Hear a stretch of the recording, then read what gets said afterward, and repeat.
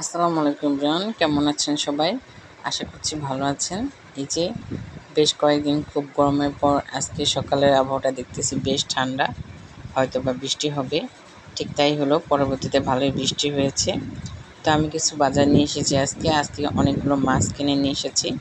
আমি কিছু পুঁটি মাছ নিয়েছি, চিংড়ি মাছ আর শিং মাছ নিয়েছিলাম, আর নিলাম ইলিশ মাছ আর কিছু টাটকানি মাছ।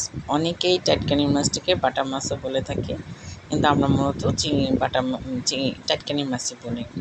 এই তো মাছগুলো কুটে পরিষ্কার করে ধুয়ে ফ্রিজে রাখতে রাখতে আমার বেশ সময় লেগে যাচ্ছিল। আমি একাই এগুলো করেছি। তারপরে হালকা কিছু রান্না করব, বেশি ভারী কিছু করব না, অনেক সময় হয়ে গেছে। তারপর আমি ইলিশ মাছটা একটু ভেজে নিলাম।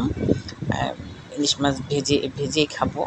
আর অল্প কিছু ডিম ছিল, সেই ডিমটাও ভেজে নিলাম। তারপরে আমি ইলিশ মাছটার উপরে হালকা পেঁয়াজ এবং 2টা শুকনো মরিচ ভেজে নিচ্ছি। এভাবে ইলিশ মাছ ভেজে খেতে আমার খুব ভালো লাগে। আর করেছিলাম করলা ভাজি আলু দিয়ে। এই করলা ভাজি আর আলুর ভিডিওটা ভালো মতো করতে পারিনি। এরপর করেছিলাম চিংড়ি মাছ ভুনা। আসলে মাছগুলো গুছিয়ে রাখতে রাখতে আমার অনেকটা সময় চলে গেছে, তাই বেশি একটা ভিডিও করতে পারিনি। এতটুকুই করেছি। আশা করছি আপনাদের সবার কাছে ভালো লাগবে। ভালো থাকবেন সবাই। আসসালামু আলাইকুম।